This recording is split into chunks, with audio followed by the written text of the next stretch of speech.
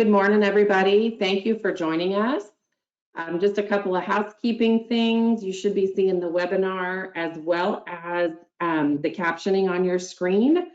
I have got, my name is Kara Poli, for those of you that do not know me. I always forget to introduce myself. I have got Amy Hammond here helping with the questions box. And then I've got Virginia Vasterling in our chat. She's going to post some resources for you guys, and she's going to help put some links in there and some different things. So Amy, do we have any technical difficulties in the questions box? Can everybody hear us, we think? Yeah, I don't see anything. Okay, then we are going to get started. So today's webinar is about forms and how to complete them and kind of where to find them. We do have a new website and a new format on that website. I have learned that the search engine on the website works really well and is a great resource to help find things if you're not able to locate them super easily. But if we have time after we get through the forms part of this, I would like to show you guys the new website and kind of where to navigate to find the compliance section so that you have that resource as well. This part of the webinar is being recorded. The open forum question and answer session that starts around 10:30 after this is done will not be recorded. If you put a question in the questions box and then you have a follow-up question, please put a little reminder about what your original question was, because they disappear after we answer them. So we are not able to say, oh, well, they asked this, oh, well, they asked that. And we get a lot of questions. So that's really helpful to Amy as she's navigating that questions box. So just a little bit of information. I know you guys have this every time we do a training, so this is old news, but our mailing address is the P.O. box, and then our physical address is down on East 11th Street. We're right across from the Capitol if you ever want to come to Austin and see the building. It's kind of underwhelming, but it is there, and it's where all the magic happens. We do have a main phone number if you're not sure who you need to talk to, or the monitor you thought you needed to talk to is out on travel or out of the office. You can call that number and ask to be connected to a monitor, and any of us can help. Like I said earlier, though, we do have a new website, and that is the web address. It is a little bit easier to remember and to spell out when we are talking to you over the phone. Additionally, all of our emails have changed to be firstname.lastname@tdhca.texas.gov. Those old emails will still work for now, but eventually that might go away. So you might want to go ahead and start making this update here. The way today is going to operate, we're going to go from 9 to 10 talking about the forms and stuff, and then we'll answer questions on forms until we feel like those have pretty well been satisfied, or until 10:30. At 10:30, we will shift into an open forum concept where you guys that want to stay on can ask any of your burning questions, and Amy and I, and we've got several other staff members joining us at that time, can help answer those questions and help you guys kind of navigate, you know, the changing world of compliance and of affordable housing that we're in. We will have a quick break when we shift gears, just so that I can change PowerPoint, stop recording, that kind of thing. And then everything will conclude at noon today. There's not going to be a certificate for this webinar because it is kind of an open forum hybrid concept, but you will get a, hey, thanks for attending email, and that should help if you've got folks in your company that are wanting to see that you attended today. That should be, you know, pretty useful for that. So you would need to check your junk email. Those usually go out about 24 hours after the end of the webinar. So you probably won't get them today, but by the time you come to work on Monday, you should have them. I would encourage you to silence your phones and put an out of office, just so that you can fully be present with us this morning and learn all that there is to learn about these forms. We get lots of questions on how to fill out forms, and is this form required or is that form required? And so that's kind of why we wanted to offer this as a resource for you guys. We do have the questions box. I don't think you guys can chat in the chat box to all of us, but Virginia can put things in the chat that you can then copy and paste if you want to. But the links that she's going to put in there were in the handout that you were emailed prior to this, or that is also available in the little handouts section of your go-to platform. If you don't see handouts, you can go to view, make sure the handouts box is checked so that you can then see the handout. If for some reason neither of those options works, please email me after the webinar and I will be happy to send you the handout through email at that point. Some resources that are available to you that are going to be really helpful with our affordable housing programs are going to be the HOTMA final rule. And some new guidance did come out, I think it was last week, that kind of updates a few things and clears up a little bit of confusion. So if you have questions on that and we are not sure how to answer them yet, we may, ask you to put a pin in it. We'll make a note and we will get back with you. We are gonna, we are looking at that as well. So HUD has set up a great website with all those HOTMA resources. The department has got some recorded presentations, which is where this one will go when we are done today. It'll be up there by the end of next week. An announcement will go out anytime we post a presentation so that you guys are aware. And then the link to that is also in the attendee follow-up email and in the, hey, sorry you missed the webinar. Please feel free to go to this website if you wish to view it later.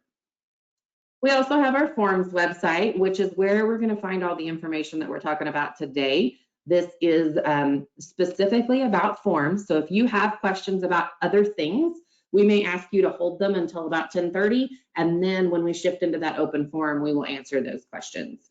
The HUD handbook is still going to be a good guide, but the HUD guidance that was released on September 29th and then updated in February is going to be kind of an overwriting of that information. So if you find conflicting information, you're definitely going to want to use that newest guidance from September 29th and February of 24 so that you can have the most current how things are going to work in this program information.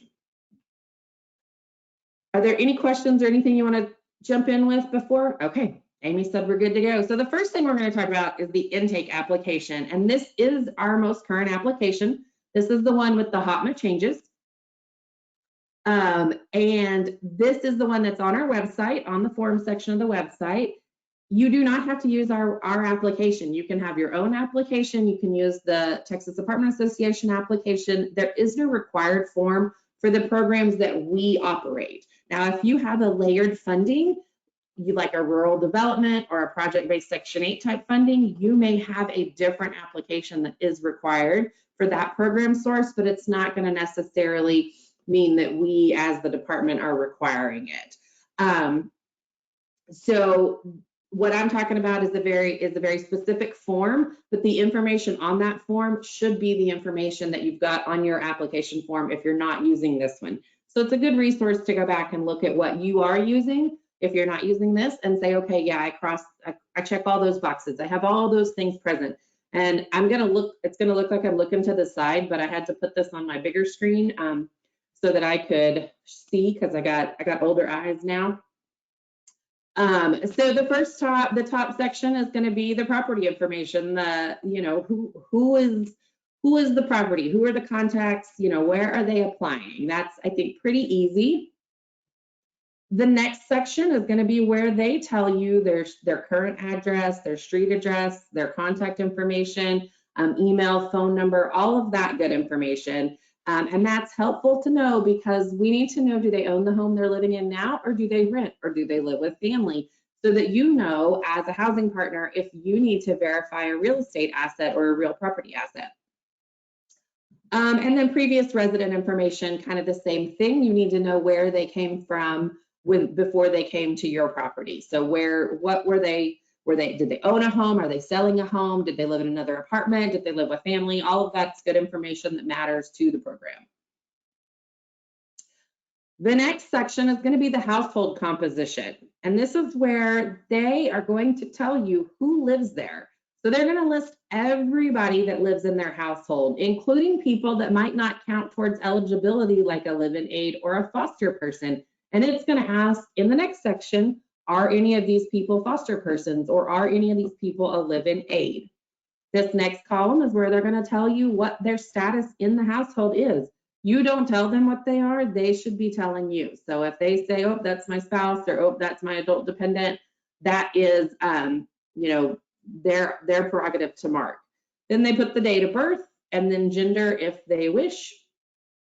Student status, that is important because we do need to screen for student status. We need to know, are they full-time, are they part-time, are they not a student? Because there's been some changes in how student income is included. So if they're full-time or part-time, you're going to need to address that student income, which we talk about in a different training. If they're not a student, great. There are different programs where the student eligibility is per person. There are programs where it's per household. So you need to be aware of your program requirements. And this is a good start to know if you've got an eligible household with regards to student statuses. The next thing you're going to have them do is your social security number. That is not a requirement for most of the department programs, but that is probably something that you use for screening, for background checks and that sort of thing. So that's probably going to be an important thing to get. Then you need to know if they're receiving income, because if they are, you need to know what to check. And if they're not, then you need to know that if they're an adult, you might want to do a zero income form or an unemployed form, that sort of thing. But if they are receiving income, you need to know how to verify that. Are there any questions or anything you want to add, Amy, before we keep going? Okay. The next section is where they get to tell us a little bit more about the different household members. So we're going to ask, or your application should ask, was anybody a full-time student within the last calendar year? Remember, student status goes on a 12-month calendar year. And so they're going to say yes or no. And if it's yes, they're going to mark who. Is anybody in the household a foster person or foster child? And they're going to say yes. Virginia, would you make a note? We probably need to change that to foster person. The next question is, is anybody in the household a live-in attendant? If the answer is yes, then they're going to tell you who.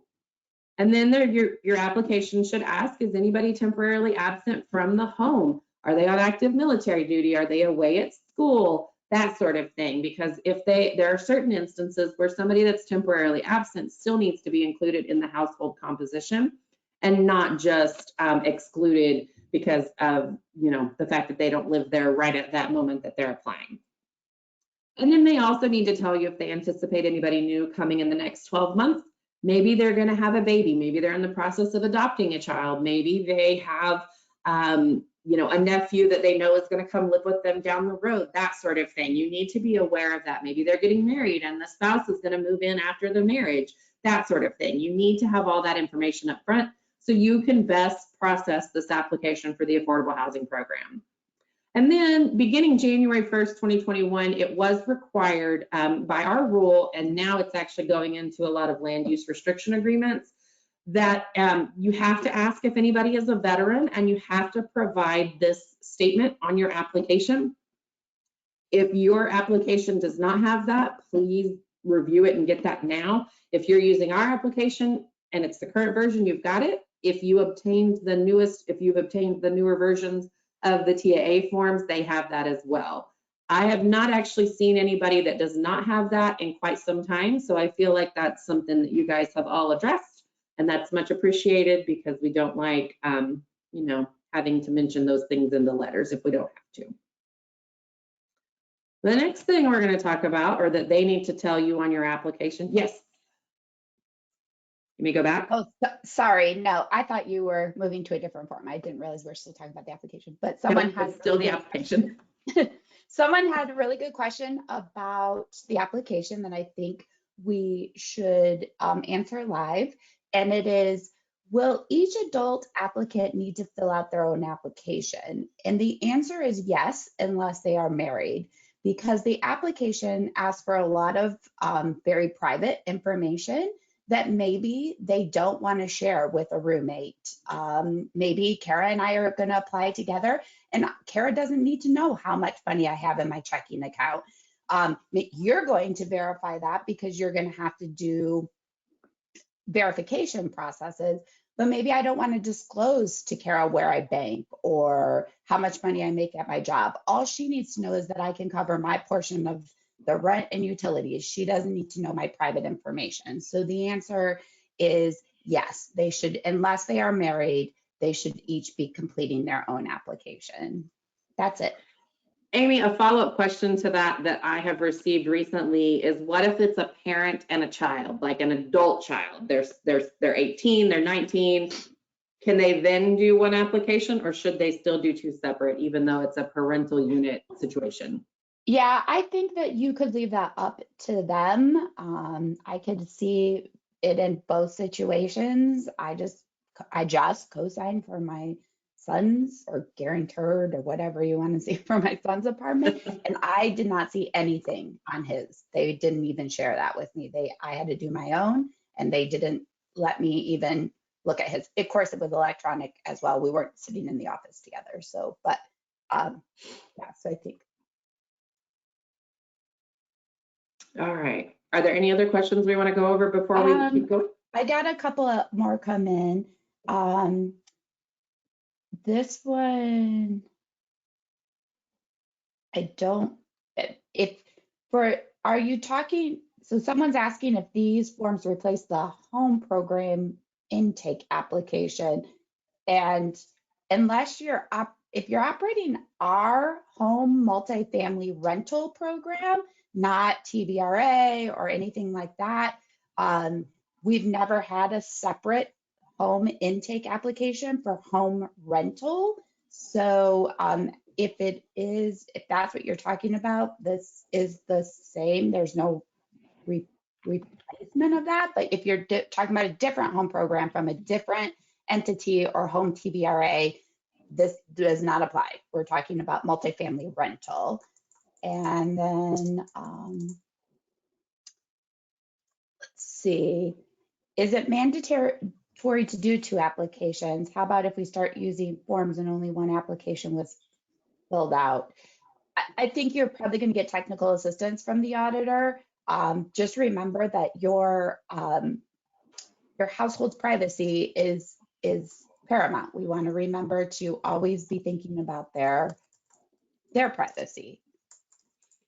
And then, would it be a finding if we only do 1 example? It's not actually a finding, but we highly recommend that you definitely do 2 applications.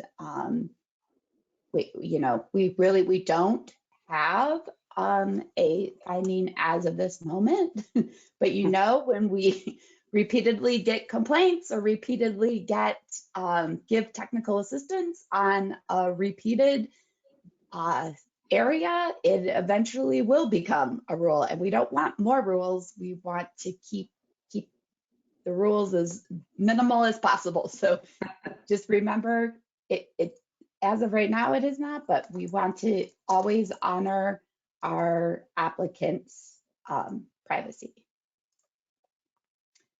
Can you let us know when a blank is okay and when an NA is required?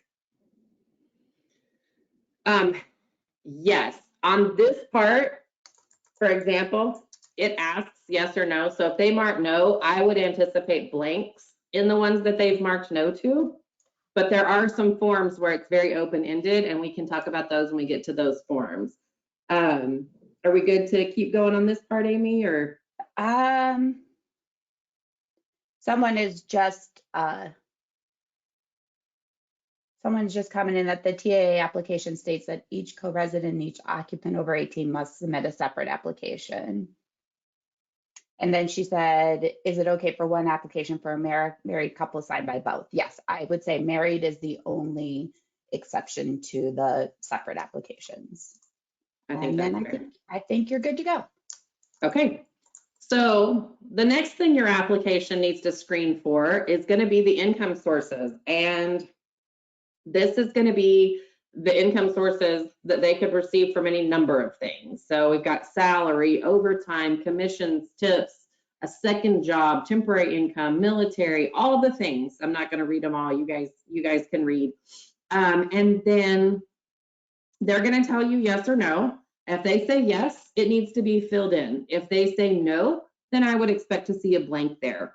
You also want to be sure that you are looking at all the information that they've provided to you. So if in your conversation with them, you heard the co-head say, well, I've got to go to work, we've got to wrap this up, but on here, the co-head said they didn't have any income, you might want to say, hey, I heard you mention that you've got to go to work, but here you didn't list anything. That's where that interview process is going to be super helpful, where you're going through this with them.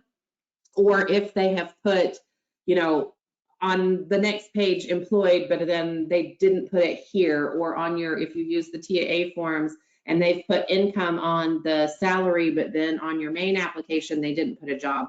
You're going to want to question those kinds of discrepancies. But for this one, for the most part, they're going to put their estimate here, they're going to total it up, and then you're going to look at it and say, okay, let's keep going. This is going to be on our application. This is the next page. This is page 3, where they're going to tell you where they work, and they're going to tell you if they have a current job, or if maybe they don't have a second job, they put a previous job, that sort of thing. And it's got places for 4 household members to do this.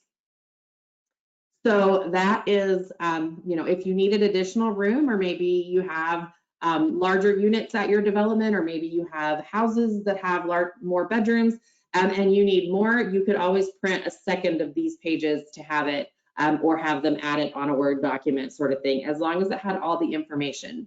And this is going to ask for the household member name, what do they do, what's the phone number of their job, where is their job, when were they hired? And I know most people do not know that, unless their name is Carapoli and they can tell you the specific date they started every job of their entire life. But I am an anomaly. I get that. Amy reminds me of that daily. And then how often are they paid? Do they get a salary? Do they make an hourly wage? Are they paid weekly? That sort of thing. How often do they work? And then if they are currently employed, they would not fill out the last date of employment. But if they don't have a second job and they put their previous job there, they would put previous last day of employment. And as a monitor, I do look at that, and I think most of us do, so that we can make sure that if they've put 2 jobs and there is no last date of employment, we're going to expect to see 2 different sets of income verifications in there. And if there's not, but we can definitively tell they don't have that second job, you know, that might be an instance where it's technical assistance versus non-compliance. But if we can't tell that they don't have that second job, that might be an instance where, you know, we have to, you know, put language in our monitoring report that we don't necessarily enjoy, and it has to get cleared up. So are there questions on how to put the income on there? Okay. The next thing they're going to tell you on the application is about their assets. This is another instance where, because it says yes or no, if they marked no, I would say it's perfectly fine to leave it blank. But if they mark yes, they would need to put in, you know, the cash value, what's the income, and then where is that held, so that you know where to do your verification from. The other thing, and for those of you that are not, you know, as knee deep into the HOTMA changes as some of us are, one of the big changes is that there are certain things included as assets that might not have been considered assets before 2024. So now there's a chart, and we talk about that in another training. So if you don't know, please let me know and we can get you some information that tells us what are non-necessary assets. And that's going to be like a second vehicle, an RV, a boat, bank accounts, investment accounts, that kind of thing. You can see some of them are listed there. And if they tell you yes, then you're going to need to verify that, and that's going to need to be calculated as part of the non-necessary personal property. You can also see real estate and land is still listed here, real estate or home, kind of all those things are, none of that part has changed, but the category they go in has changed, which again, we talk about in another training. Then they're going to tell you, has anybody gotten rid of an asset within the last 2 years? And that's important, because if the asset was disposed of for less than fair market value, it needs to be accounted for 2 years from the date that it was disposed of. And so you're going to need a little more details on that. And then has anybody owned a home in the last 2 years? If yes, who? Is it currently sitting vacant? And home could actually be transitioned. That could be real property like land. So if they own land, you need to know about that. Is it being rented? Is it vacant? All of those things matter, because we need to know how to include them for our processing of eligibility. Then it's going to ask, are they getting housing assistance and from where? And that helps you, because you're going to need to know, you know, if you're just a housing tax credit development and they say they're getting Section 8, then that's going to drive your utility allowance. And maybe you have requirements that are a little bit different for folks that are getting housing assistance than for folks that aren't, with regards to like the minimum income or something at their property. So this is good information to have. Then at the end, it's our application is going to say, you know, does anybody in the family work for TDHCA or have they in the last 12 months? If yes, who? If no, then, you know, keep going. And if they are no longer there, please put the date. That sort of thing. So this is kind of conflict of interest information that pertains directly to affordable housing and employees at the department. So if I came in to rent your affordable housing unit, I would have to tell you that I work for TDHCA, and that might cause an issue. That might be a reason that you would say, you know what, that's a conflict of interest. You can't live at our affordable housing development. And then everybody's going to print and sign. And this would be an instance where you would have your head of household sign there, and then the spouse. And then, you know, maybe if they have an 18-year-old kid, that would go there, that sort of thing. That would be, I know ours has several places, but that doesn't take away from what Amy just talked about, where every adult that's not, you know, familially related needs to complete a separate application. I think that's the barometer to use. If they're familial, they can do one, or they can all do separate. Maybe I don't want my husband to know I make glitter tumblers on the side and get paid under the table for that, or get paid through PayPal or whatever, because I don't want him to know about that extra money. Maybe I want to do my own application. But in theory, spouses would probably know that information. Are there any other questions or anything I have forgotten, Virginia or Amy, about the applications that you guys want to add? People are wondering if they have to do multiple under 5,000 forms. You do not. You only have to do one for the household. It may have asset amounts on it, but remember, those are just cash value amounts, and there's no like account numbers or where that bank is or anything like that. You're not sharing private information. So one is fine. Everybody signs their own application. If they're doing separate ones, they just sign their own. We don't need all the signatures. And if there's power of attorney, that needs to be in the file. It needs to say signed by power of attorney, that sort of thing. Yeah, people need to sign their own paperwork unless there's a reason they're not, and then a legal allowance for that. The next form, while Amy's looking at questions, is a pretty easy form, and I usually do not have an issue with this not being in files, but it's the release and consent.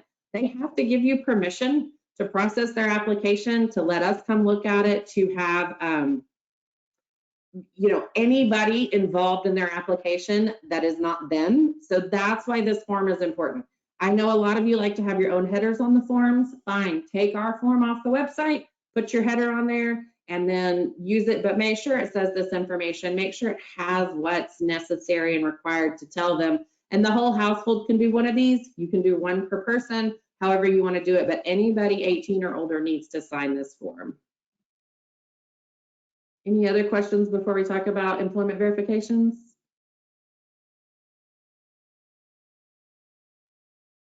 I'm not sure I understand this question, and maybe I need more information, but maybe you understand it. How do they answer the reason for Section 8? Oh, they're talking about this. I'm not going to look at that as a monitor. So if they leave it blank, fine. And not all applications ask for that. The reason could be rent help, low income, you know, whatever they feel like they should put.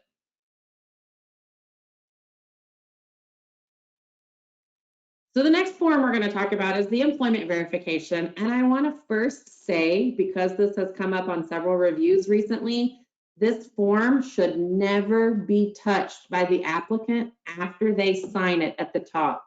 It should not be hand carried. They should not fill it out. They should not return it to you. They should not have any access to this form after they sign this very top part right here.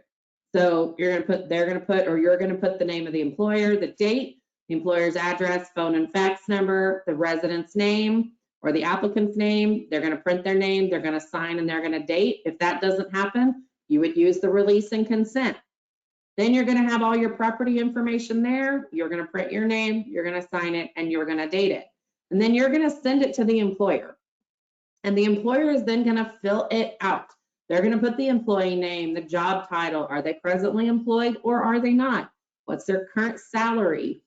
Average number of hours per week, year-to-date earnings, if that's something they have access to and can put, overtime rate and how many hours, shift differential, if that's applicable, and how many hours, commissions, bonuses, tips, and how frequently they get them. Are there any anticipated changes? Is the work seasonal or sporadic? If they're a bus driver or a substitute teacher for the local school district, they may only work 9 months out of the year or the 38-week school year. So that might be something listed here. If any of this is left blank or is unclear, you would do a clarification about it. You would not write on the form. You would not have the applicant write on the form. And then you're going to have, the employer needs to sign, put their title, date, all of that information. And we are, as monitors, going to look at this. And if you've got an original form, we're going to want to see an envelope of how it was mailed or a clarification that says, Kara came in and completed this because her fax machine was down. And maybe my business card is there if I've completed the employment verification. Maybe you've got the email version and you need to print the email. If it's faxed, you need to include the fax information. All those things are important to show us the integrity of the employment verification that you've got in that tenant file. I feel like everything started blinking, Amy. Do we have questions on this form? No? Okay. The next form, and I got an email asking if this was a required form. The certification of zero income is not necessarily a required form, but it is a fantastic way for you to say, are you sure you don't have any income? Look at all these sources you may not consider income, but are actually income. And if they say yes to one of these, they're not zero income and you would need to update the application and verify. But this is a form that's available. I would encourage you to use it, even though it's not required, because it is a great resource. Maybe they don't consider their babysitting money income because, it's $100 every couple of weeks, but that's income as far as our affordable housing programs are concerned. They're going to mark a statement on that same form. It's going to say that they don't anticipate income for the next 12 months, or they've been hired or have planned to receive another source of income, and that's going to need to be included in your verification purposes, for verification purposes. Then our form asks, how are you going to pay for everything? So you want to look at that, because some of that might need to be counted as a monetary gift. If they tell you that somebody else is going to pay their rent and they say like, oh, my mom pays my rent, but mom doesn't live in the household, that might need to be included as income, that sort of thing. So this is going to be something that you're going to want to look at. Most of the time it's going to be where one spouse works and one spouse doesn't and stays in the home, and they're going to put my spouse pays for everything, and then they're going to sign and date it, and that's fine if that's the scenario, but you want to make sure that you're getting all the information and giving them the chance to give you all the information. Anything we need to talk about from the chat box? Okay. The next form, and I'm sure there will be questions about that, and if they're form-driven questions, we'll answer them now. If they're not, we will answer them after the 10:30 mark. The under 5,000 form has gone away. It is now an under 50,000 form. There are some programs that require full asset verifications at move-in or initial certification and during either third year or sixth year certifications, kind of depending on the program. But there are also programs that allow self-certification of assets that are $50,000 or less. And so that form has been made available on the website. And this is to be used in addition to the application. This does not replace the application, and you can't not have assets on the application because you're doing this. You need both. They work together. So the top of the form, they're going to put the household name, what apartment number are they applying for, and the development name and address. Then they have the opportunity to tell you about all the household assets. And this is going to tell you, if you add those up and it comes out to $50,001, then you're going to need to third party verify everything to determine, is it truly over 50,000, or did they overinflate that investment account, or did they say they had a lot more cryptocurrency than they actually have? So everything that we could think of that would be counted as an asset's listed here. And then it also gives the chance to say other, please list here. And so this is going to have lots of those things that we talked about that are now non-necessary personal property that count as assets. Then it's going to ask whether or not in the past 2 years they've sold or given away an asset, or if they have not. They should always mark box 2 or 3, never both, because you either have or you have not. And then if they don't have assets, they would mark 2 or 3 and 4. So if they tell you they don't have any assets, they still need to answer 2 or 3, because they still need to tell you about their disposed of assets, but then they would also mark 4. This is the form I think everybody wanted to know. Do you put NA? Do you put 0? And there's several schools of thought on that. One of them is if you put 0, then the assumption is that you have that asset with a 0 balance. I don't necessarily assume that. I'm going to compare this to their application. And as long as it pretty well matches up with what they told you they had a checking account, a savings account, and cash on hand on their application. And those are the amounts on this that have balances, and everything else says 0. I think I'm probably going to say that's okay. Now, if this one says that equity in real estate, they have $100,000 and all these other things are filled out with amounts, but the application doesn't, I'm probably going to question this form, and I'm going to question the application. And if you didn't clarify that, that's going to raise some questions as to what assets does the household truly have. So what I would do is talk to your compliance group and find out if they want you to put NA or 0. They are the ones reviewing your files in most cases, for those of you that have that group. And that would be, kind of how I would proceed with that. Amy, do you have a difference of opinion on that? On the NA Nope. versus 0 on there? No. Okay, so then everybody would sign it and date it. And this is a household form because their assets get added together.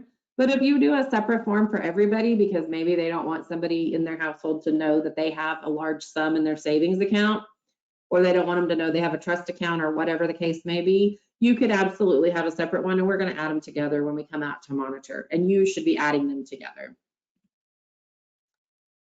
If you are required to then third-party verify the assets because either your owner wants you to, your syndicator wants you to, your program requires it, the certification year requires it, or whatever the case may be, you can send an asset verification to the financial institution if you're unable to get a bank statement or a current statement on the asset. But this is another form that cannot be hand carried by the applicant. It needs to be sent from you to the financial institution and then returned to the property, not hand carried by the applicant at any point in time. The top of the form, like the others, you're gonna fill out the bank information, they're gonna sign it, put their name, and then you're gonna have your property information so that the bank knows where to return it to. The bank, if they fill it out, a lot of the larger banks, like the big Wells Fargo, Bank of America, that kind of thing, have their own form that they do. They won't fill this out, but a lot of the smaller banks will fill it out. I was just in the Hill Country this week, saw lots of local-ish banks that filled these out. So I think it's still something that some banks do, but not all. They're going to fill this out. They're going to tell you about it. They're going to tell you about the present balance, savings accounts, interest rates, if there's a withdrawal penalty on each of the assets. If they have assets that are maybe not held by a traditional bank, maybe they have stocks or a mutual fund, and it's held by another financial institution like an Edward Jones type thing, you're going to want to send this to them so that they can fill that out with that information, or the household can provide you a current statement. Then the bank or the financial institution is going to sign everything at the bottom. You want to make sure it seems legitimate. If somebody says that they work at Llano National Bank, but their email address is @gmail.com, that might mean the integrity of the form is in question. So you're going to want to look through that the same way you would an employment verification to make sure that everything kind of lines up and jives with what you're getting. The Section 8 verification can now be used for all programs. However, you have to use the form on our website. This is the top section of the form, and you're going to fill that out with the housing authority information, the name of the person, they've applied for what property, number of household members, is it a move-in or a recertification? Then the household's going to sign and date it. Then the housing authority you're gonna sign it, and then you're gonna send it to the housing authority. The housing authority is then gonna fill out that bottom section, and they're gonna say on this date, the household consisted of this many members and the annual income before adjustments was this amount. This is why it's important that you use our form, because you can no longer do the are they under the limit form. That is not allowed. It has to tell us the actual income and household member number and what date. And you want to be sure that that kind of matches up. So recently at a monitoring review, this income here was only Social Security for the household, but one of the adult children who was not a full-time student, so would have had all income count, indicated that they were employed. And obviously, based on this form, that had not been reported to the housing authority. So that had to be included. The property had to get pay stubs and a Section 8 and a Social Security letter. They were not able to use that Section 8 verification. So you want to make sure that kind of, at a quick glance matches up with what the household told you. If not, you're gonna need to get those extra verifications. Then the housing authority is gonna sign date, phone number, printed name and title. And then if you get this through email, print the email and save it. If you get it through fax, save the fax machine printout. If you get it through the mail, or if you take it to the housing authority and you have them fill it out while you're there, that is also something you would want to get a business card or write some sort of clarification to explain why there's an original in the file. Any questions before we talk about students? Okay. The first question is, if we're using the same under 50,000, do the applicants need to initial whose account belongs to who? And the answer is no, because if you look at the form, it just has checking. So if Kara and I are applying together, we did separate applications. I have $500 in my checking account. Kara has $2,000 in her checking account. And we would complete an under 5,000 and we would just have the amount, right? Because it's under 50,000. Everybody's got to get used to the new amount. But yes, so that would be what you would go with. Okay, and then the next question is, for the Section 8 verification, do you have a threshold as to what doesn't match up with what was on the application versus what was on the provided form? And the answer to that is the application, most people when they're applying for things will inflate their income, right? They want to look like they can qualify. They don't deflate. They don't understand that,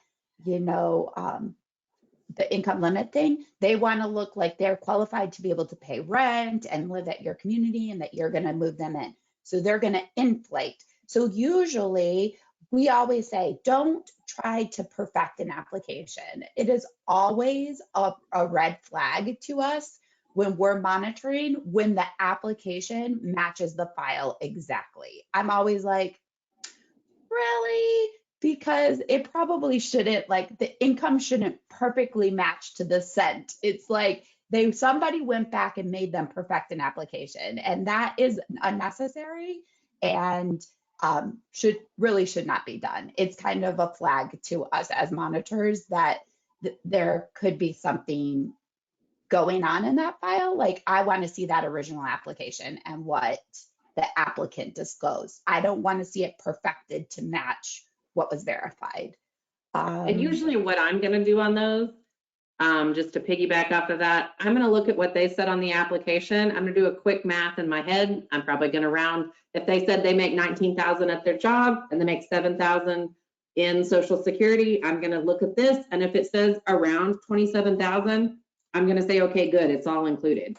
If it says only 10,000, and I'm looking at their application and they're telling me they have a $20,000 job and 10,000 in Social Security, that's where the question's going to come up.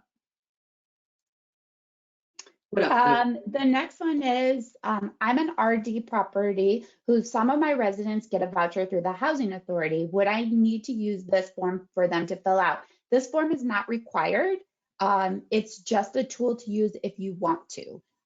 It makes it a lot easier then verifying everything, but your RD may require you to not use this form and require you to verify all income anyways. So this form would just be extra and non-necessary for you. So, and then this kind of piggybacks on the next question, is the Section 8 verification form required?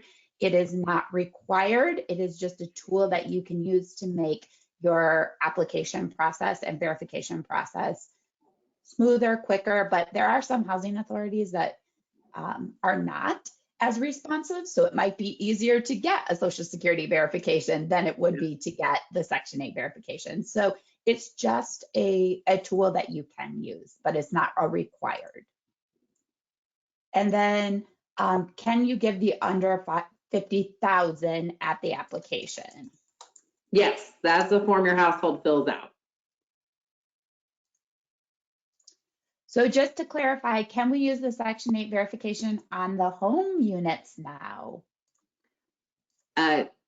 Yes, yeah. It has to be the form from our website, but yes, you can use it. And that gets us caught up. Okay, so now we're going to talk about student eligibility. Nothing has changed with regards to student eligibility at this time. I don't know if it's going to. My crystal ball has been broken for years, so I have no idea if anything's going to change. But we've got forms to help you with the eligibility stuff that's in place now. If it changes in the future, we would update those forms. So for student eligibility for the Housing Tax Credit Bond Exchange and TCAP programs, there's one form. For the Home and TCAP RF and Home ARP programs, there's another form. So the first one we're going to talk about is the Tax Credit Bond Exchange and TCAP one. This is going to say, A, the household contains at least one person who is not a full-time student, has not been a student, and is not going to be a student in the upcoming calendar year or during the current calendar year. The next one is B, somebody's going to be part-time. So everybody's a student, but Kara is part-time and Amy is full-time, so Kara qualifies the household. C is going to be where everybody is a full-time student, and you've then got to meet an exception. You've got to say that somebody is receiving assistance under Title IV of the Social Security Act, like the TANF payments. Was the student, was at least one student previously under the care of a foster program? You've got to have the backup for that. Does at least one person participate in the program receiving assistance under the Job Training Partnership Act, which has changed to the Workforce Investment Act? And that's all online. So if you're curious about that program, usually those verifications indicate that it's under that. Or is at least one parent, one student a single parent, and the children in the household are claimed on a tax return by a parent, not a grandparent or a friend, or left off altogether? That would be, you would need proof of that tax return showing the kids are claimed. Are the students married and able to file a joint tax return? If you wanted to back that up, if they're married, they share the same last name. I don't know that monitors are going to question that. But if they just put co-head on the application and then they don't share the same last name, but they are both full-time students and they marked number 5 as the reason that they meet an exception, you're probably going to want to have that tax return so that you can show us when we monitor that file that yes, they are eligible to file a joint tax return. They don't have to. So if they don't file a joint tax return, they could give you a marriage license, but they have to be eligible or entitled to file a joint tax return. For the Home, TCAP RF, and Home ARP programs, it's going to be a multi-step verification. They're going to put their name at the top, and then they're going to say yes or no. Are they enrolled or planning to enroll in an institution of higher education? That doesn't say anything about are you part-time, are you full-time, that sort of thing. If they are 18 or older, you need to have this answered. Then if they said yes, you're going to keep going. Are they a dependent of the household? Is it Amy's college-age son living with her that is a full-time student but a dependent of Amy who is in your home unit? Then yes, you're going to stop. If it's no, you're going to keep going. The next section is where it's going to ask about independent students. You need to know, Are they legal contract age under Texas state law? Have they established a separate household from your parents? If they are moving out of their parents' house right then, the answer is no, because they are just now moving out. And you see it says 1 year. Did your parents or legal guardian claim you on your last tax return as a dependent? If it's yes, then you're gonna have to keep going to find out if they meet an exception.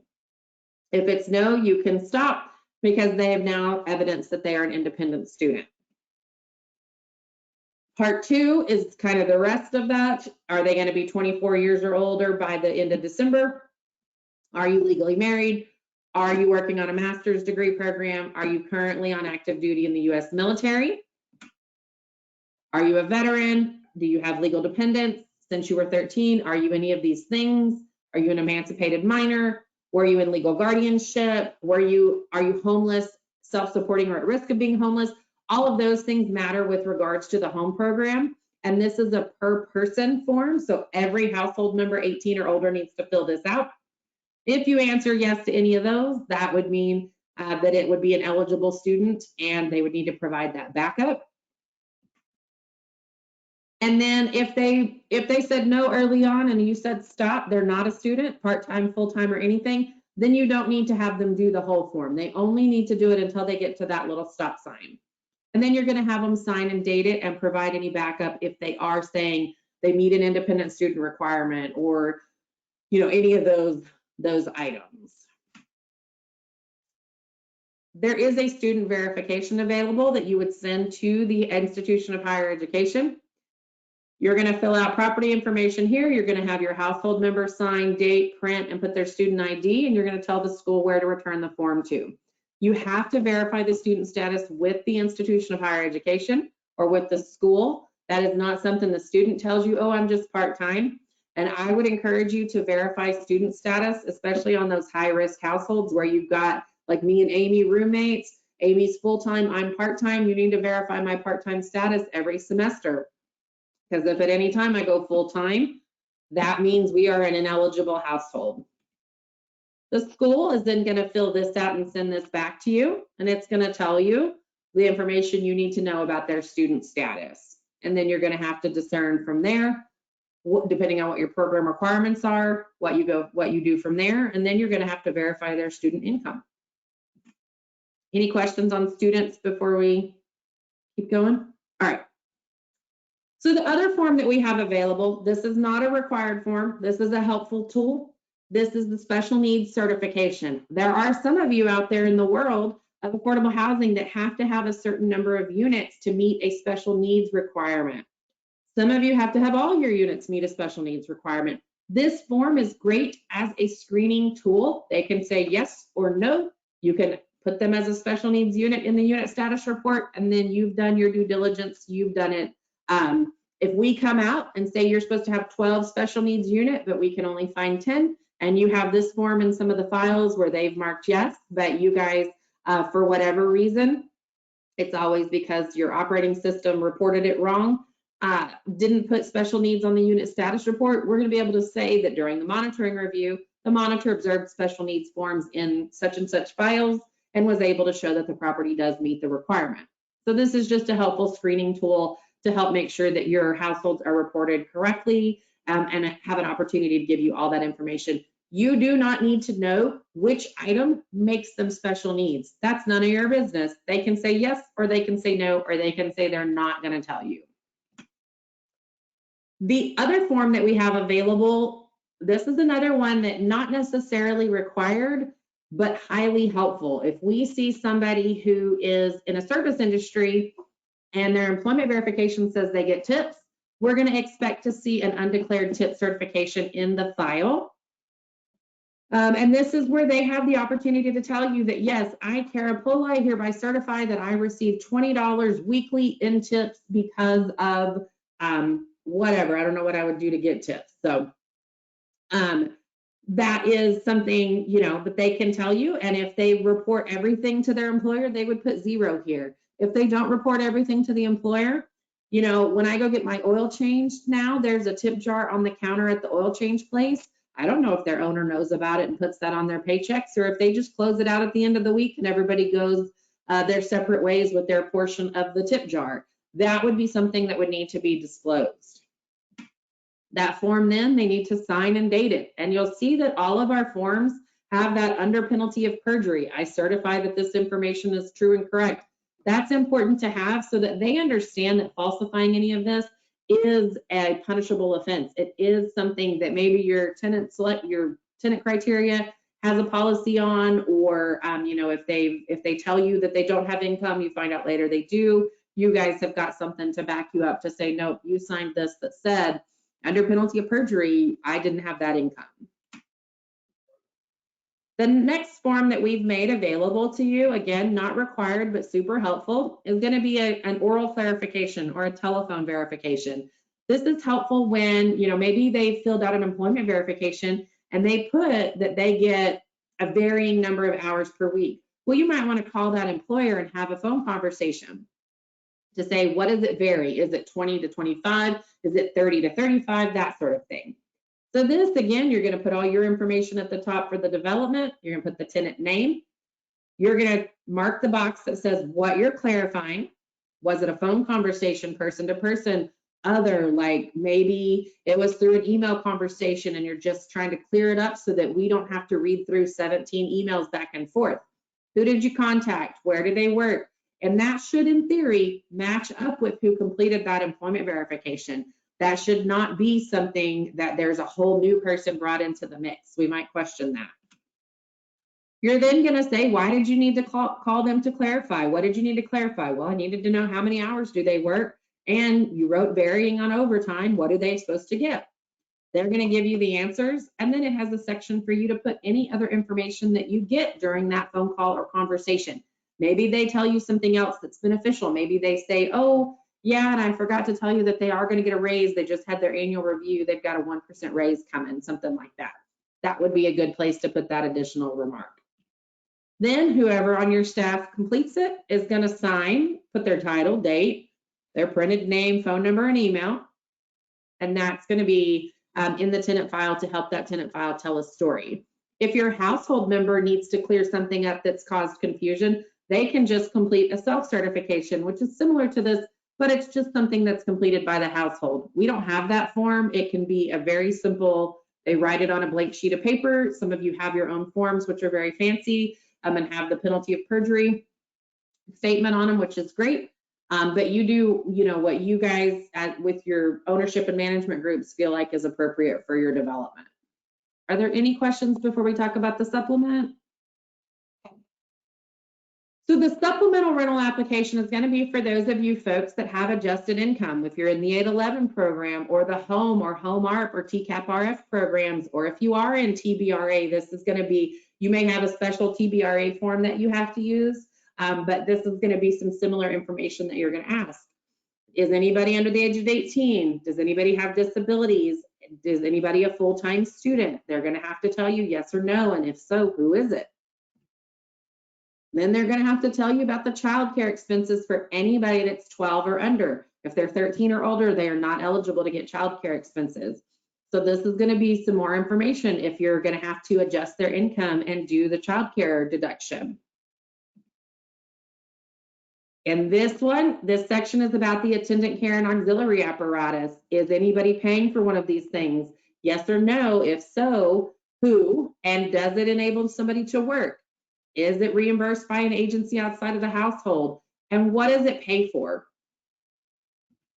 Then you're going to ask, is anybody in the household 62 years of age or older? And does any adult in the household, the head, spouse, or co-head, is a person with a disability? Yes, you're going to have to know who, and then you're going to have to verify that, which is pretty easy on these for the most part, especially the age one.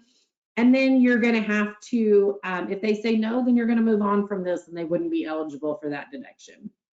We have a whole training about deductions, so that's why I'm not digging into what gets you each deduction. For the health and medical care expense deduction, they've got to tell you what medical expenses they have so that you can then know what you're going to verify. Then they're going to sign it and date it and print their name. And this might be something that just the head of household does. In that regard, maybe everybody fills one out and you compare it. I think this would be an instance where it needs to be a household form versus an independent person form. But if you've got two totally separate people and they don't want to share this information with each other, I could see where you would want to have them fill out separate ones and then combine them on the back end when you are processing the application. The next thing we're going to talk about is the income certification. This did change with the Housing Opportunity through Modernization Act of 2016, which is HOTMA. This part did not change. The household information and property information is the same as it has been. The income section is the same as it has been. It still asks for employment, Social Security pension, public assistance, and other income. If you have somebody with student income, it's going to go in that other income column. This is the section that changed. Assets are different now.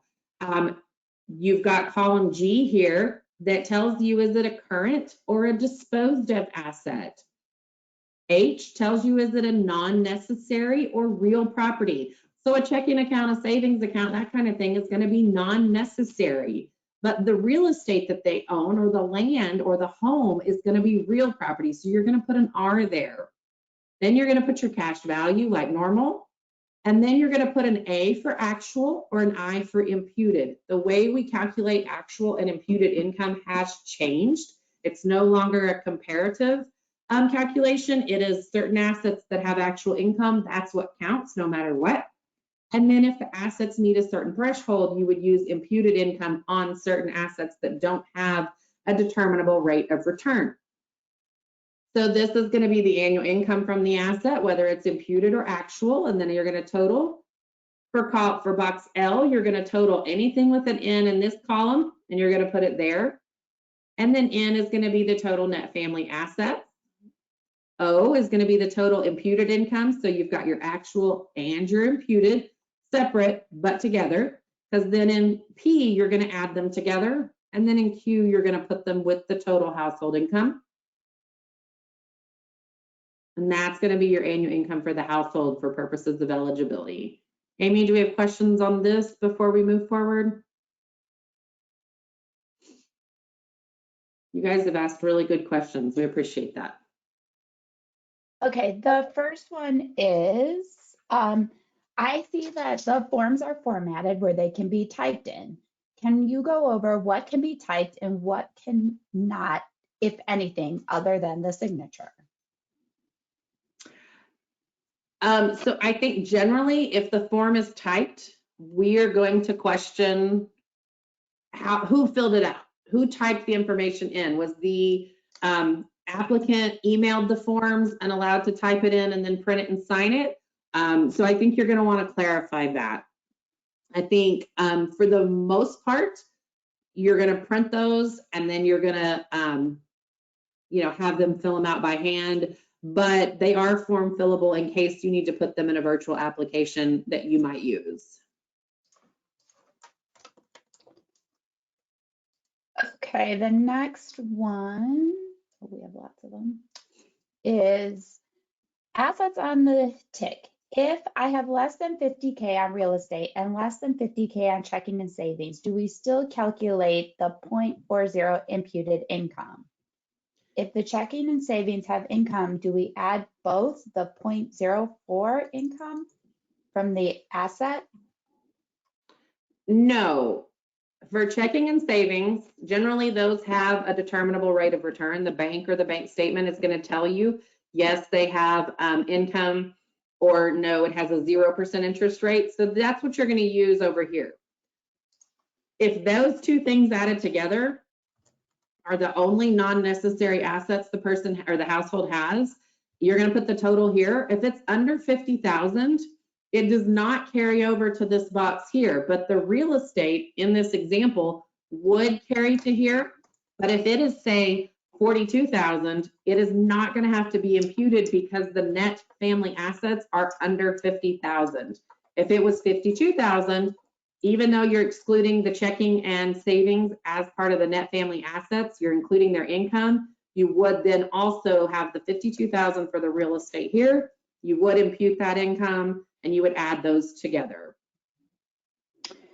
I'm answering this live. We understand, please, this is all my decision. The instructions to the income cert in the asset section do not match what Kara is saying. That's all on me. I am not changing that again because we have updated because we are flip-flopping with all this HUD guidance that is coming out with HOTMA and all this stuff. So until everything settles, and I'm also kind of waiting because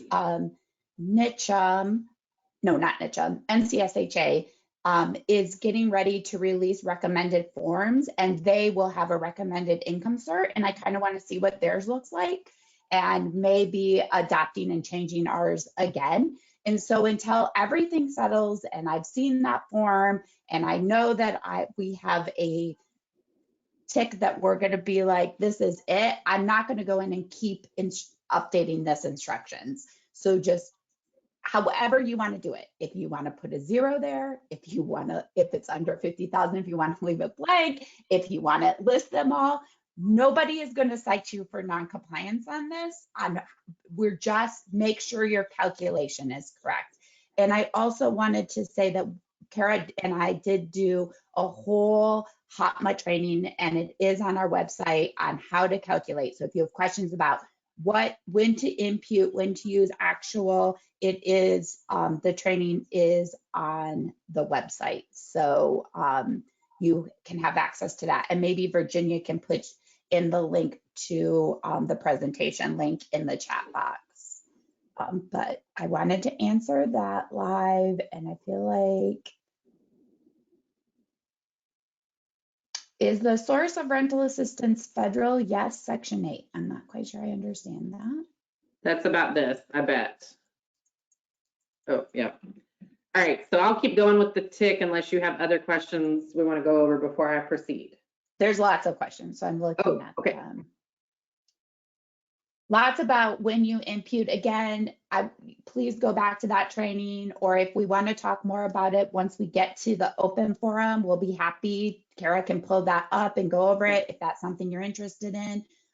But we want to get through the forms. And for those of you that want more on assets, when you fill out the survey that's going to pop up when you leave us today, put that in as a, what do you feel like you want more training on? Because Amy and I use those as a way for us to say, hey, Wendy, lots of folks want a very specific asset training, or lots of folks want a training about what it means to be an over-income household. Those are the kind of things, that's the feedback that I use to build future trainings. That's why we're doing a forms training today, because that was a lot of feedback I got over the year with all the HOTMA changes.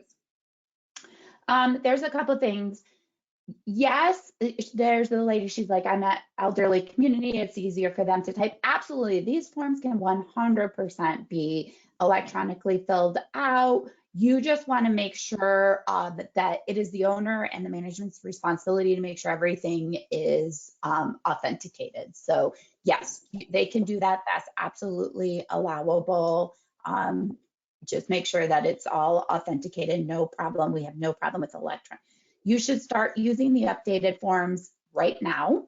Currently, they're ready for you to use. We have nothing to do with RealPage, Yardi, all that stuff. We have given them access to our forms. If they haven't updated it yet, I mean, that's something you need to work out with them. We have given them everything that they need to make sure they get updated. You may have to do them manually. Until then, if you're going to continue to use the old form, we are giving a little bit of grace in this period of time where we're not going to cite this as non-compliance, but we are going to give you technical assistance that you need to be using the updated form. So up to you on that. We are being understanding and giving a little grace to this. However, you need to make sure your calculations are HOTMA compliant, because that's how we are going to be monitoring. Can we get an NA question mark? Is the source of rental assistance federal? Yes, Section 8, no local programs. What about non-rental assistance household? Okay, let me get to that section of the tick. I think you guys are putting a little more stock into that Yes, and again, we understand the instructions are not right. I will fix it eventually. I just am not going to continue to update. We're just letting it all settle. Our This is core the form forms for team. now. And once we get it all done, we'll get all really nice instructions and really nice form. I think that's it. I will go through and make sure we got everything. Okay. So page 2 of the income certification is where we heard you guys loud and clear. You wanted the income limits back on there. We wanted the income limits back on there and the rent amount. So that is where you're going to fill this out in part 6. You're going to carry over that total household income. You can put your limit here. That's kind of a good checks and balances. You can check your program here, check your designation. Understand that when we come on site, we are looking at this designation, not what you have on the unit status report and not what you have circled on your approval sheet. We're going to use the designation here to test the unit on our checklist. The next section, and I think this is where the NA questions and all that is coming from. The tenant paid rent is going to go here, utility allowance here, rental assistance if they get any. If you have mandatory charges, like maybe you you require renter's insurance and it's $12 a month for the household, you would put the $12 there. Gross rent total, and then the rent limit, and then is the rental assistance federal. Pretty well you're going to know what the rental assistance source is, and you should be able to mark that. If you're not sure, let us know. I don't think you would need an NA. If they don't have rental assistance, they don't have rental assistance. We don't need an NA there for that, I don't think. But if you have suggestions on that, please feel free to email them to us and we can, kind of discuss them. Then it's going to ask you about the student status for housing tax credit, TCAP, exchange, and bond only. If everybody's a full-time student, you'll mark yes. If not, you'll mark no. If there's an exception for a full-time student household, you're going to put the number there. You're going to tell us what it is, and then I'm going to expect to see the backup for that exception in the tenant file. Page 3 should be completed by the household. Unless you have them virtually sign your income certifications, this should be handwritten. If they have come into your office, they have filled out their paperwork, they've signed their lease and everything, they should fill this out or initial that they don't wish to furnish the information. This is just demographic tracking information that you can then put in the unit status report. And it's, everybody asks you this anymore. So I think everybody's pretty well used to it, or they mark that they don't wish to provide it. But this should not be populated by your operating system unless the tenant has had the option to fill it out virtually and answer the questions and furnish the information. The next form is the annual eligibility certification. This should also, aside from this very top section, not be typed unless your household has filled it out virtually and had the opportunity to fill out their own information. You can populate this top part, but you cannot populate the tenant names, the head, the status, the student status, gender, date of birth, race, ethnicity, and disabled. They need to be filling that part out. If they say if they initial here and they don't want to fill it out, that starts with gender. They still have to answer the student question. They can't skip that part. And then here's kind of the codes for the race and ethnicity. Then in part 3, they're going to tell you about the student status for the household. It's the same exact questions on that housing tax credit student eligibility form. Those are the only types of programs that would be using this. So this wouldn't be applicable to like your home ARP, TCAP, RF. And then on part 4, which might be another instance where you guys are asking about the NA and the rental assistance type and all of that, you're going to answer yes or no. Does the household receive rental assistance? And then you're going to tell us a little bit about the rental assistance. You should have some sort of letter that tells you about the rental assistance. And if you're not sure that it falls into one of these categories, put here that it's a VASH voucher or something, and it's going to be fine. This is not a crisis that needs to be a panic moment. And then every adult in the household needs to sign and date. If their annual eligibility certification is due March 1st, don't have them sign it today and date it March 1st. If they sign it today, they need to date it February the 9th. If they sign it on March 5th, don't have them backdate it to March 1st. They need to date it March 5th. Signature dates should be the actual date they sign. The next form we're going to talk about is the Tenant Rights and Resources Guide. Hopefully you are all aware that this changed this week and there is a new version. With that new version, you need to have it updated and sent out to your tenants and posted in your leasing office, especially if you find out you are in a floodplain and that box has to get marked. On page 1, you're going to put the property name, management company information, property owner information. If you don't fill out the property owner information, for instance, and they want it, they being your tenants, they can call the department and we're going to provide that to them. It is easier on everybody if you give it to them up front and are fully transparent. That is information they have access to. They're living at that affordable housing development. That property owner has said, yes, we understand that they might contact us. That needs to be provided. Then you're going to list common area amenities, unit amenities, and required services.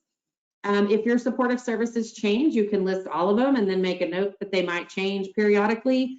That floodplain question is right above this on the new one.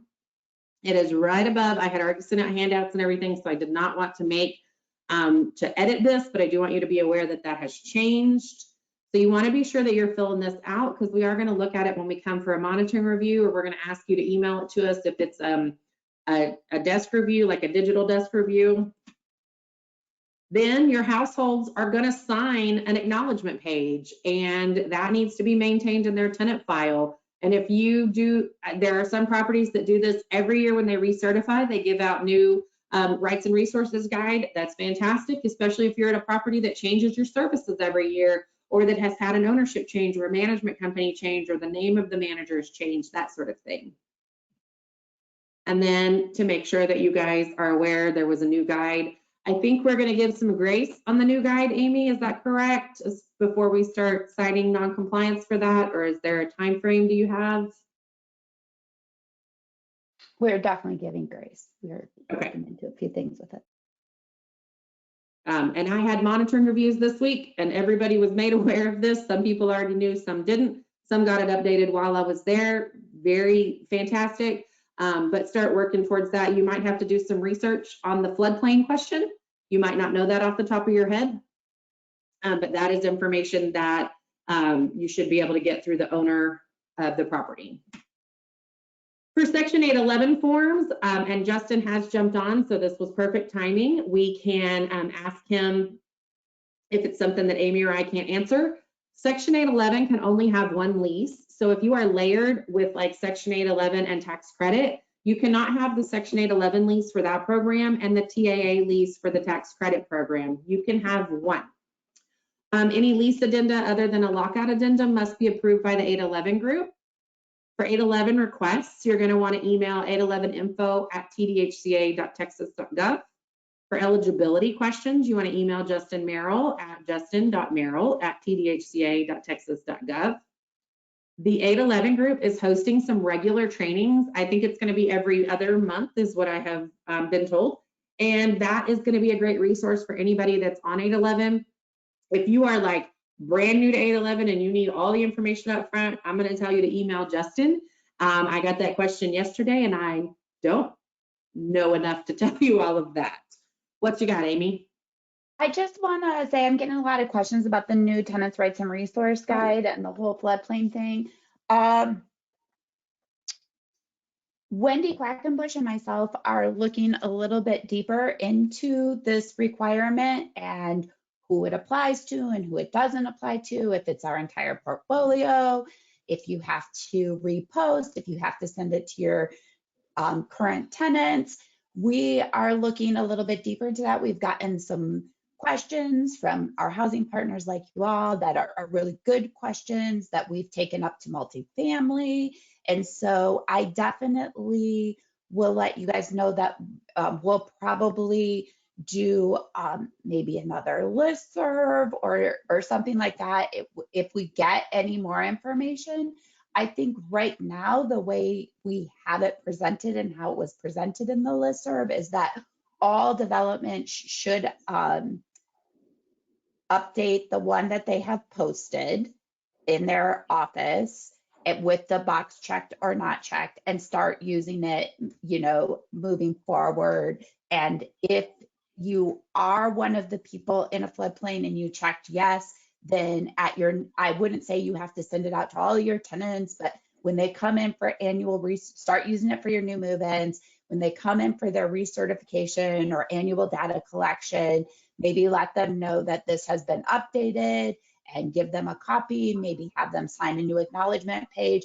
That's probably the safest route to go until we shake through all of the questions that we're getting from housing partners and find out what the new regs say and what multifamily says and all of that kind of stuff. So Wendy and I are kind of working through that right now. But the safest bet is to probably post the new one in your office as required, because our rule does say you have to have the most up-to-date tenants' rights and resource guide. That is in our rule, and this is up to date. So this has been a change. So to be safe and be in compliance, you would want to repost in your office, start using the new one immediately for new move-ins. And if you are in a floodplain and you did mark yes, or you did have to check that box at your next recertification or annual data collection requirement with your tenant, give them the new one and get a new acknowledgement page. That's the best way to handle it right now. And we will let you know when we get more information on it. Thanks, Amy.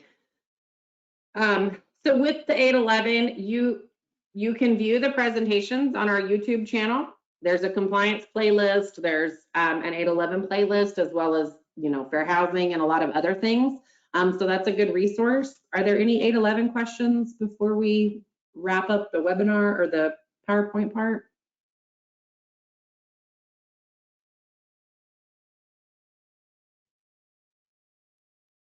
You're muted. I have lots of questions, so I'm working through them. For 811, are you allowed to have, okay, every time someone puts a new question in here, it just changes what I'm reading. For 811, are you allowed to have an 811 lease or a rural rental housing lease?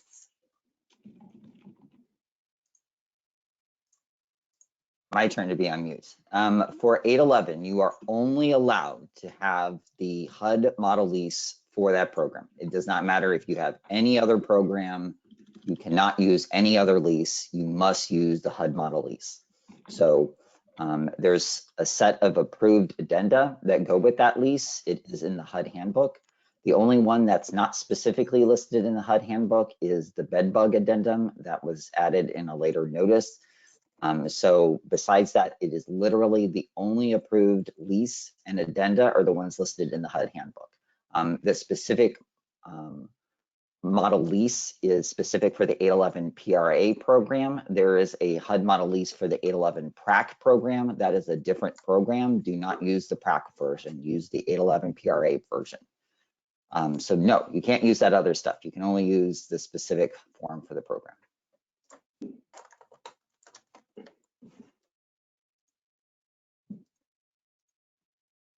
Okay, and then I have another really good question.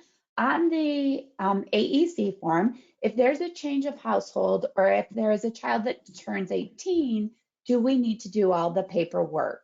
And the answer is, whenever an adult household gets added, you need to make sure that at the time they're added. Now, for a child who was already in the household that turned 18, yes, you could do it at the time of annual data collection or when you complete the AEC. You would want to screen them and do all of the background paper, make sure that you're counting all the right income and all that kind of stuff. When it is, so if Kara and I are living together and then Justin is going to be our roommate, the day Justin is going to move in, and that is when you should start the application screening process and all of that stuff and follow program rules to adding an additional household member. And then at the AEC, he's just going to be on there. So yes, anytime an adult enters the household, you should absolutely screen them and include all of their income. I'm for this. Let's be roommates. Let's do it. Let's leave our families behind and start fresh. We have to find a place to live. 2 huskies, Justin, what will we do? Well, then I would have to bring Landry. He could be wild and live with wolves. He could be. Do we have a lot more questions, or do you want me to show the website a little bit? That you can show the website, that cleared it out. We were just getting a lot of the tenants' rights and resource getting the new floodplain. We're figuring it out. We'll figure it out. Okay, let me make this a little bit bigger. So this is what our new website looks like. And the best thing I can tell you is that this search box right here works beautifully. I am not super familiar with the website yet. I am learning it. I'm trying, I'm practicing on it. But anytime I need something, I've put it in the search and I have found it without a problem. But for the compliance division, you're going to click on services and then compliance. It's going to take you here. I do love that the help for Texans is right here on every single page. So if you've got tenants that need assistance or need utility help, send them to our website and tell them to look for the yellow help for Texans button, and it's going to walk them through it. We've got our address and all of that information here. The subrecipient monitoring folks, there's the contact information for them. For compliance monitoring, which is mostly, you know, who's probably on this, the online reporting, which is going to take you to CMTS. Manuals and rules, which is going to take you to the different things that we have linked on our website. If you find a link that does not work, please let myself or Amy know so that we can let our website folks know. The forms that we have talked about today are all right here. Some of them are here under compliance for multifamily properties, as well as some other forms and some other resources that we did not talk about. Anything that I had on there that was a HOTMA form is going to be in this section. Some of the other forms, which we will probably at some point clean this up and remove, like the under 5,000 that's no longer applicable, the asset verification, the stuff that the HOTMA information changed. If you are doing a certification with an effective date of 2024, you need to be using these forms. Even if one is up here also, these are going to overwrite those. And then there's the program forms if you've got some extra, some other stuff at your development, and then the single audit information there. There is also the reporting section, which is going to be the AOCR and some resources there, which that's due by April 30th, don't forget. The training schedule is here. And for the most part, what I want you to take away from this one is that you click presentations, and it's got all the videos that we have done. Some of them are a little bit older and we are planning to replace them. But some of them are, I mean, a lot of them are newer. You can see lots of 22, 23, 24. Amy and I have been very busy recording and posting, and I have told my 10-year-old that we are YouTube stars and he's not buying it. So he says we don't have nearly enough clicks. But I'm going to prove him wrong. So y'all go click those videos. I'm just kidding. Don't do that unless you need the resource. And then we've got our fair housing webinars and our home technical assistance and training materials there. Then the utility allowances webpage, which is also my favorite. It just, everything has a plus sign now. You've got to expand it.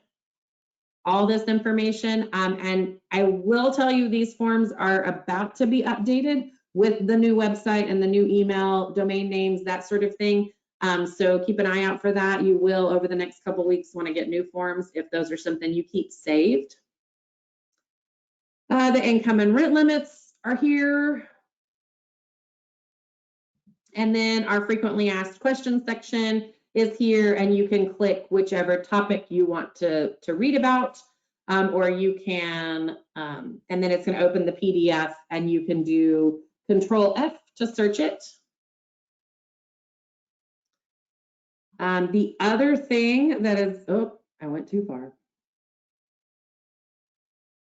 So then you can go down to the physical inspection section and see the information you need there, as well as the contact information.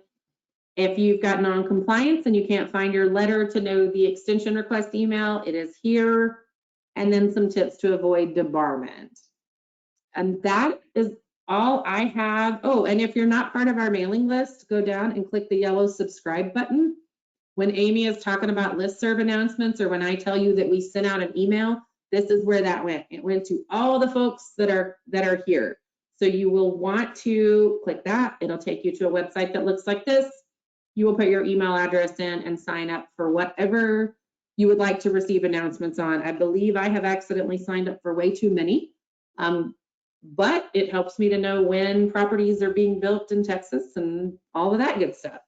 Are there any other questions or anything you want to add, Amy or Justin or Virginia, before we end the webinar portion, take a 5-minute break and start the open forum? Yeah, I just want to add that the 811 forms are on the web pages for the 811 admin division. And we have been discussing with them bringing their forms over to our forms section in the compliance monitoring section. So we will be bringing those over.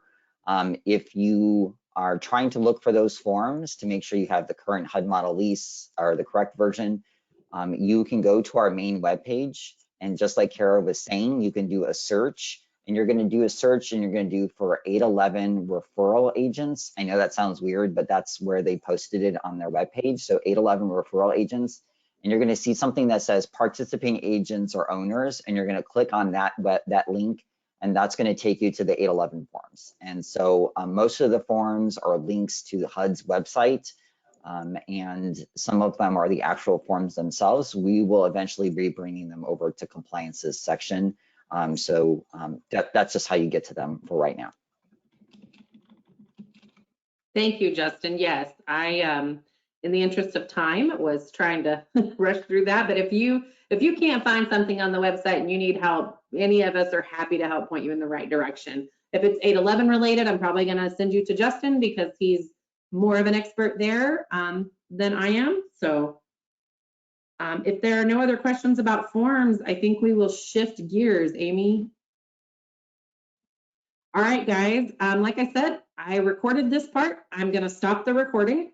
We're going to take a little bit of a break so that those of us that have sat can stretch our legs if needed, and then we will be right back for open forum. The open forum will not have a transcript of it, but we will be able to type answers to questions if that's necessary. And we look forward to spending the next little bit of time with you guys. Be So right back. What time are you gonna start back up so people know? Let's do 10:40. Is that too long? 10:40?